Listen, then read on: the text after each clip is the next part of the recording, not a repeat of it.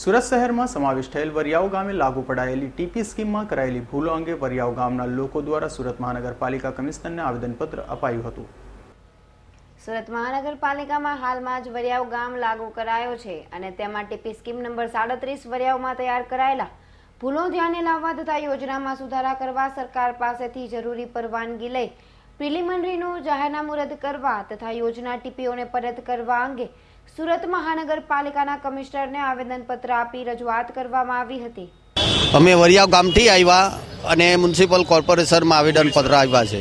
શા માટે આપવામાં આવ્યા? અમારી મંડળીની જમીન SC ST ની હોય, વરિયાવ સામુદાયિક સહકારી ખેતી મંડળી, અને આ SMCએ અમારા જમીનના ટુકડા કરીને 50% હિસ્સો સરકારશ્રી હસ્તક લઈ લીધો છે અને એ રીતે અમને 50 વર્ગની મંડળીને અન્યાય થયો છે।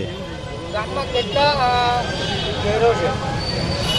મંડળીના 113 સભાસદો છે અને SC ST ના બધા 50 વર્ગના સભાસદો છે। તમારી માંગો પૂરી નહીં થાય તો આગળ જઈને શું કરશો? અમારે પછી ઉપવાસ અને ગાંધી ચિંધ્યા માર્ગે આંદોલન કરવું પડશે। લાગે છે તમારી જમીન તમને પાછી આપી દેશે? હવે તો સરકારશ્રીના હાથમાં છે।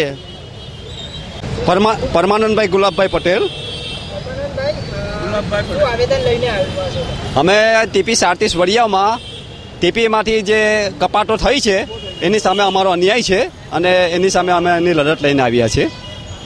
અમે અમારા જેવા 50 વર્ગના ઘણા ગરીબ, લાચાર અને અભણ ખેડૂતોની જમીનો આ ટીપી અને રિંગ રોડમાં આવતા ઘણું નુકસાન થયું છે અને એમાં અમારી લડત બિલ્ડરોને રાહત કરી આપે છે તે હિસાબે અમારે એમની જોડે લડત આપવાની છે।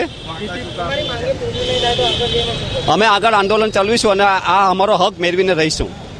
શહેરમાં સમાવિષ્ટ થયેલ વરિયાવ ગામમાં લાગુ કરાયેલ ટીપી સ્કીમમાં ભૂલો અંગે કરાયેલી રજૂઆતમાં મોટી સંખ્યામાં ગ્રામજનો ઉપસ્થિત રહ્યા હતા।